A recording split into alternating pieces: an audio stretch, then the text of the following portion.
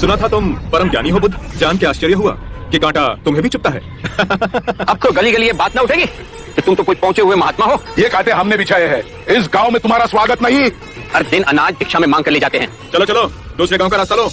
मेरा आप लोगों से अनुरोध है कि मुझे अपने गांव में भिक्षाटन करने दें। ठीक है, भिक्षा चाहिए तो दे अपने रक्त की आहुति।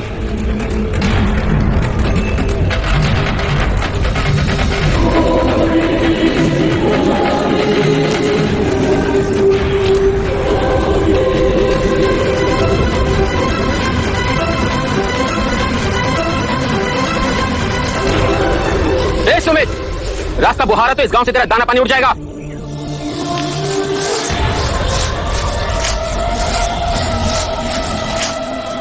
आप गांव में प्रवेश कीजिए। इन मुट्ठी भर लोगों से कई अधिक लोग आपको भिक्षा देने के लिए आतुर हैं।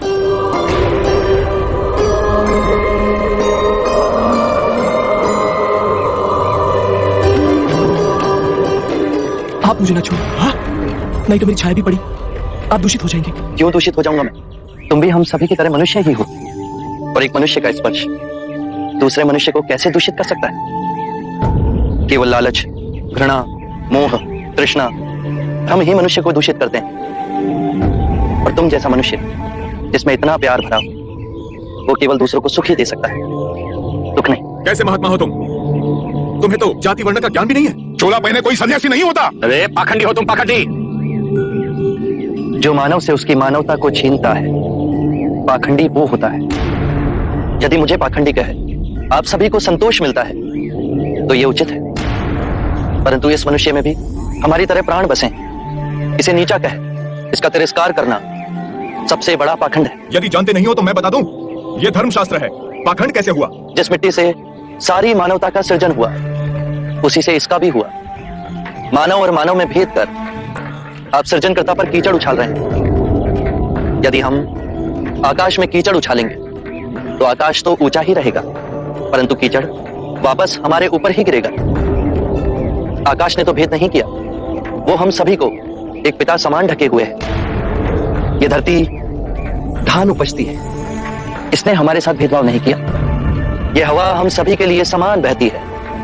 पानी हर प्यासे की तृष्णा को बुझाता है। जब प्रकृति भेदभाव नहीं करती तो हम मनुष्य में भेदभाव क्यों करते हैं? यदि ऐसा है तो इसे संघ में भिक्षु क्यों नहीं बनाते? बहुत अच्छा सुझाव दिया आपने। सुनीत, क्या तुम भिक्षु बनना चाहोगे? मैं अछूत, आप जैसे महात्मा का भिक्षु मैं इस योग्य नहीं हूं। जो मनुष्य दूसरे मनुष्य की पीड़ा को देख व्यथित हो जाए, उससे उत्तम कोई दूसरा नहीं। मैं बुद्ध स्वागत करता हूं सुनीत का हमारे भिक्षुक संघ में।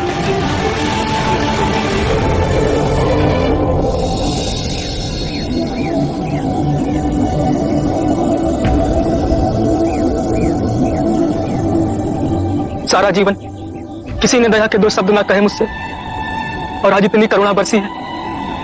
पहली बार ऐसा लग रहा है कि मैं भी मनुष्य हूं, पर जो मैं कर रहा हूं यह अधर्म तो नहीं? जो अधर्म आज तक हुआ वो अब नहीं होगा।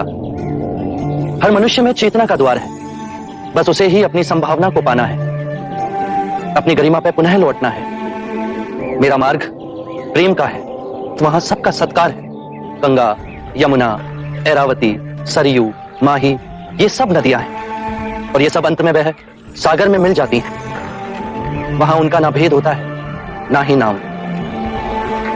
उसी प्रकार जिस भी मनुष्य ने अपना ग्रह त्याग कर सत्य के पथ पर चलने का निश्चय किया, चाहे वो ब्राह्मण हो या क्षत्रिय, वैश्य या शूद्र ही क्यों ना हो, उसी महासागर में विलीन हो जाते हैं।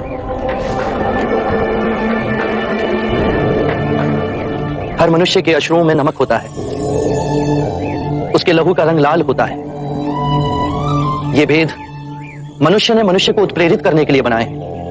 आज मैं इन भेदों को काटता हूं। आज सुनीत को दीक्षा देना क्रांतिकारी होगा। हम पर बहुत से संकट आएंगे, हमें और तिरस्कृत किया जाएगा, पर सत्य आने वाली आंधी के सामने अडिग रहेगा।